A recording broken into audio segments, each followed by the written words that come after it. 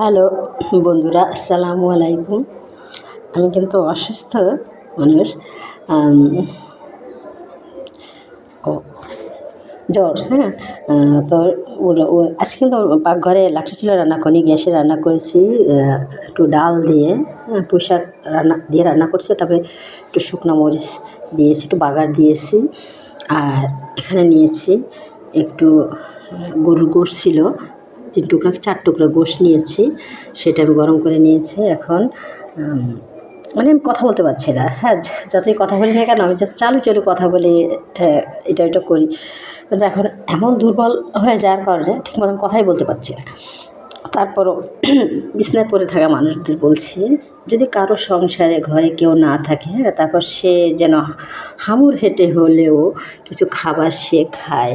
নিজের খাবার নিজে তৈরি করে সে খাবে। সে রান্না করতে পারলে রান্না করবে, না তো খাবার কিছু কিনে এনে ঘরে রাখবে। তরল জাতীয় খাবার, ফল ফ্রুট হোক, শসা হোক, বাঙ্গি হোক, তরমুজ হোক, অ্যাপেল হোক, হ্যাঁ, এই ধরনের খাবার যেন সে ঘরে রাখে, খাবে। তারপর মাছ মাংস হোক, হোটেল থেকে হোক, নিজের পথ্য নিজে তৈরি করবেন, জোগাড় করবেন, করে খাবেন। না খেলে কিন্তু বাঁচবেন না, হ্যাঁ। সুস্থ থাকলে হলে খাবার খেতেই হবে।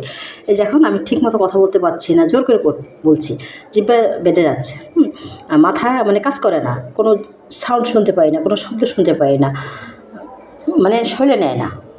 তাই সুস্থ খাবার খাবেন, সুস্থ থাকবেন, নিজের যত্ন নিজে নেবেন। কেউ যদি না থাকে, তারপর নিজের যত্ন নিজে নেবেন, নিজে ভালো থাকবেন। নিজে ভালো, জগৎ ভালো। ওকে, আমার জন্য দোয়া করবেন, আপনাদের জন্য দোয়া করি। আল্লাহ আল্লাহ হাফেজ।